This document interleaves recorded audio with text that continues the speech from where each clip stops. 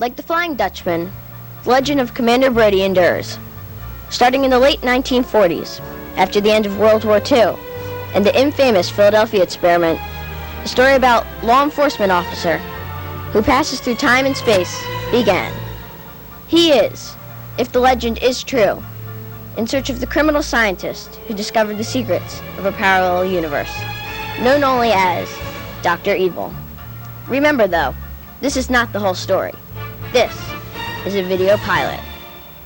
Commander Brody was one of the Navy's youngest commanders to serve in World War II. When his ship and virtually all the men aboard were lost in 1943 during the Philadelphia experiment, he considered his survival a miracle, and he used the curious after effects of the tragedy to pursue the perpetrator through time and space.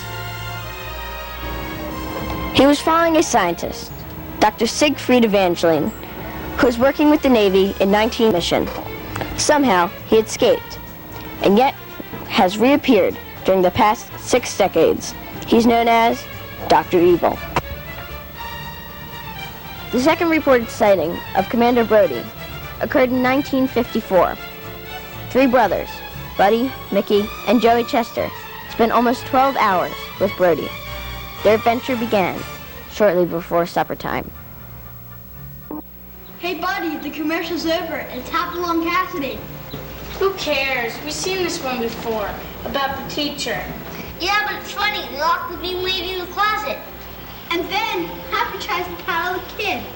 He has horseshoes in his back pockets. So what? Anyhow, it's Dickie Jones. Dick Jones? You mean Buffalo Bill Jr.? I thought his name was Dick West. Buddy, keep that paper neat for Daddy. You know how angry he becomes when you get it out of order. I will, Mom.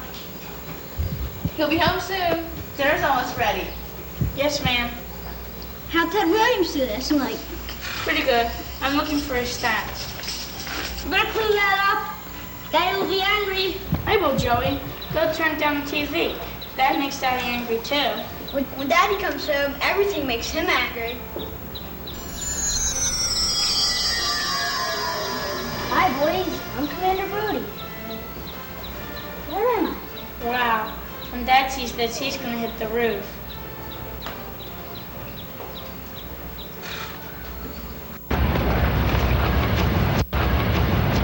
You know, buddy, this makes no sense.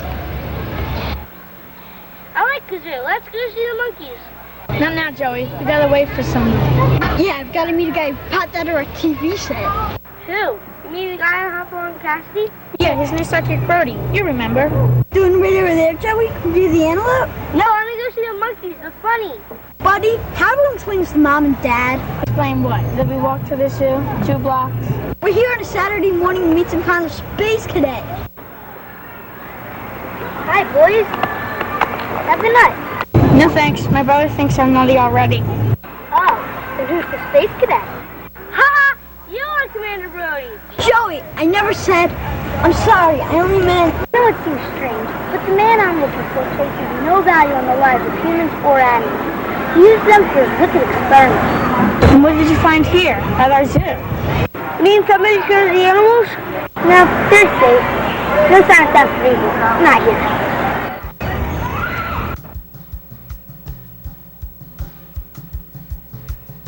Reported sighting of Commander Brody occurred in 1966.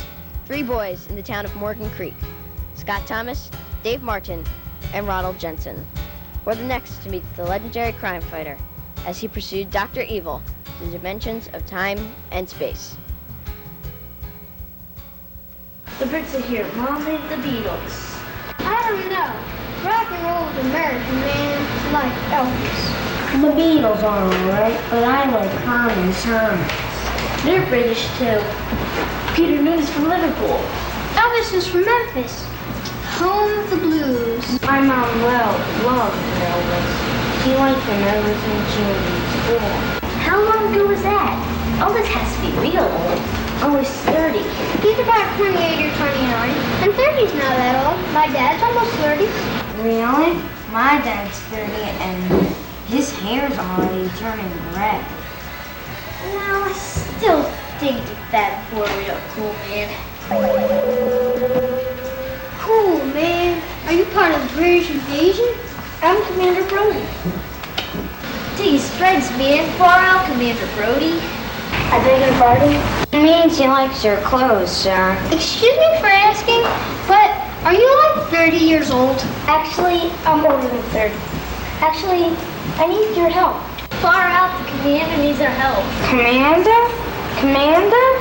That's a British title, isn't it?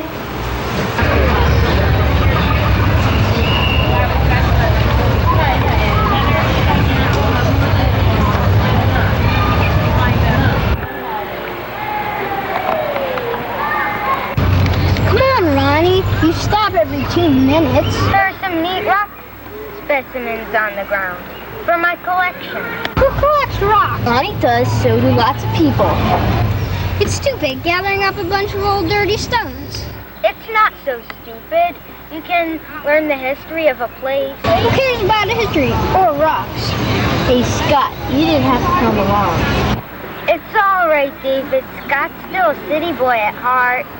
Oh yeah, Commander what's-his-name pops out of nowhere, and here we are the next day on the outskirts of town.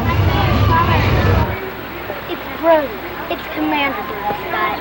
He didn't mean anything personal. It's all right. I'm getting used to it, David. I found some neat rock samples on the ground. So did I, Rodney. So did I. Listen, I didn't mean to hurt anyone's feelings. No harm done. In fact, my samples prove that the man I'm looking for is not here. At least not experimental in this kind of thing. Oh, what do you do now? Are you leaving? Where will you go? Wherever his trail leads me, for as long as it takes me to catch him.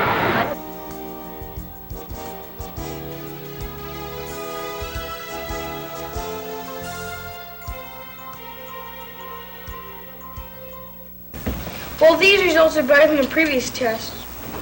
Better. Improved. But certainly not good enough. Some things take time, Dr. Young. Time is a luxury. We cannot afford, Plato. Of course, sir.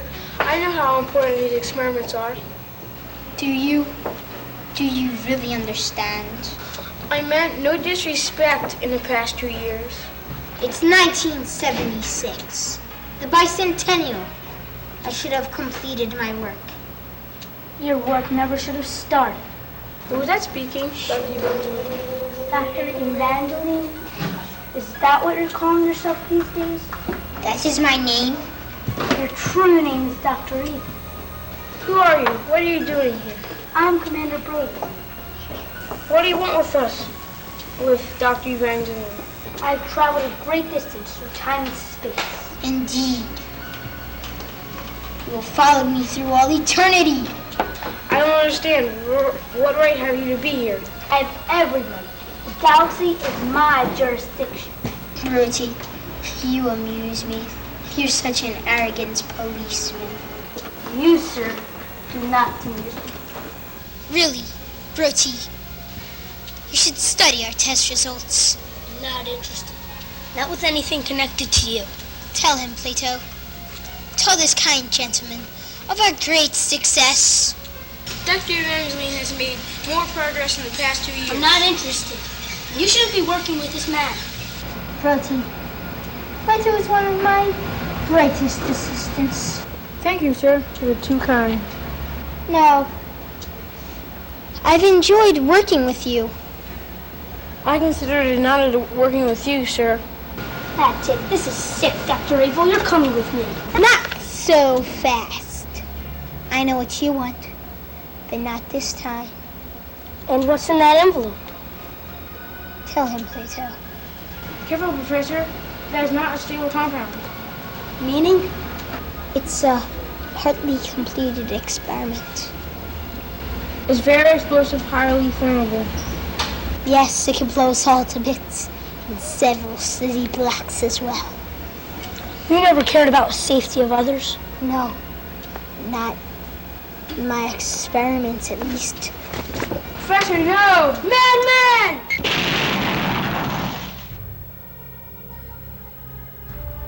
When police investigated the site of the explosion, there were no bodies to be found. The fire and smoke had destroyed much of the laboratory, and virtually all of the records, but there was no sign of life. What became of Dr. Evangeline and his youthful assistant, Plato Capus? And what became of Commander Brody? It has been more than 20 years. The Commander Brody has never been seen or heard since the encounter with Dr. Evil in 1976. Where are they?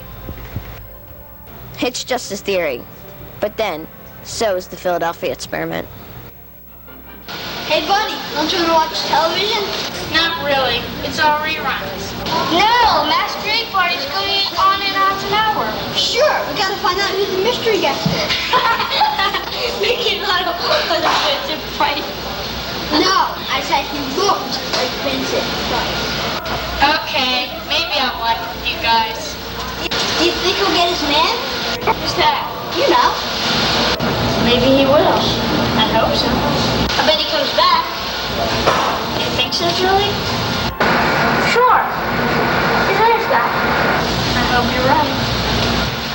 Turn down that television. You know it makes Daddy angry.